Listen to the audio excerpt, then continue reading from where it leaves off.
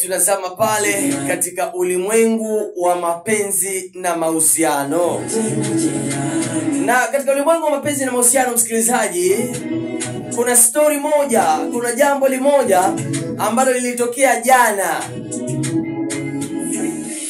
Mimi nashangaa sana, na mimi nitakueleza ukweli. Mimi nashangaa sana, nashangazwa sana na haya mambo ambayo yanatokea kule mtaani.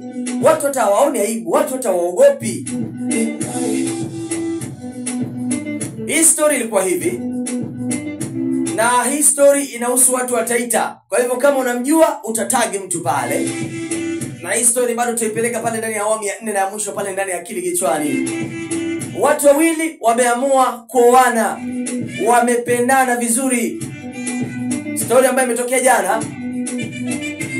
Sasa wameamua kufunga harusi. Wameamua kufunga harusi kabisa. Na kama unavyofahamu tabia kasumba ambayo tuko nayo siku hizi, ni kwamba nikitaka kufunga harusi basi inabidi kwamba naanza kuchangisha hela. Kuna wakati nilikwambia bana, ukitaka kufunga harusi pale jipange. Kama unajua bajeti ni kiasi fulani, fanya, tafuta hiyo hela kwanza ndio ufunge harusi. Sasa hawa tayari wameshaamua, wamekiana makubaliano kwamba wanataka kufunga harusi, wametengeneza kamati yao pale. Baada ya kukubaliana pale, wakapata bajeti ya harusi ni shilingi 350,000.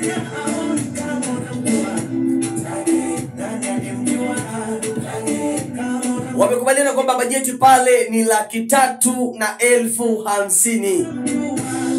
Na si unaelewa tena, bwana harusi lazima tuone mchango wake pale, bibi harusi lazima tuone mchango wake pale. Na kuambia kitu cha kweli msikilizaji, sidanganyi mbele ya masikio yenu na mbele ya masikio ya Mwenyezi Mungu, sidanganyi, hakuna uongo nasema hapa. Bwana harusi amechanga shilingi 350. Ukweli kabisa. Bibi harusi amechanga shilingi 200. Tena waogopi, tena waoni aibu kabisa.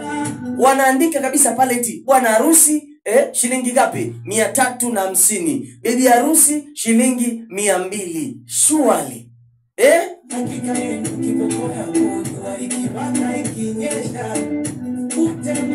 alafu mwenye anafuata chini amechanga 100, mwenye anafuata shilingi 50, mwenye anafuata shilingi 50. Kiukweli jamani, ni aibu gani hizi ambazo unataka kujiletea pale? Kama unamjua mtaje.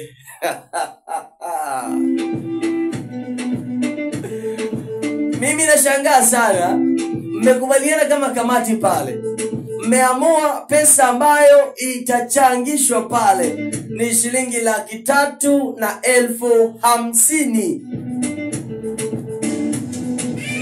Lakini bwana harusi ameamua kutoa zile 03 zile 350,000, akatoa ile 03 za mwisho pale, akabaki na ile 350. Akasema mimi naanza kuchangisha 350. Bibi harusi akasema kwa sababu harusi ni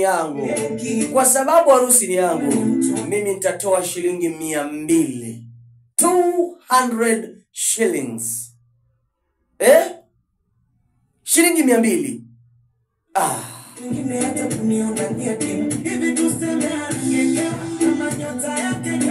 Nataka nikuulize pale msikilizaji, kauli yako ni gani? Wewe ukiona picha kama hii unafikiria katika ulimwengu wa mapenzi na mahusiano? Tafadhali msiharakishe mambo ya harusi na hamjajipanga vizuri. Wewe unafikiria harusi na wewe mwenyewe hujezi.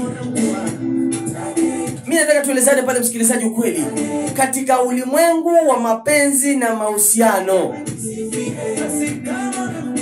tuelezane pale kwa 0714193774. Tena hii story imetokea pale Taita. Sitakwambia mtani gani, lakini imetokea pale Taita.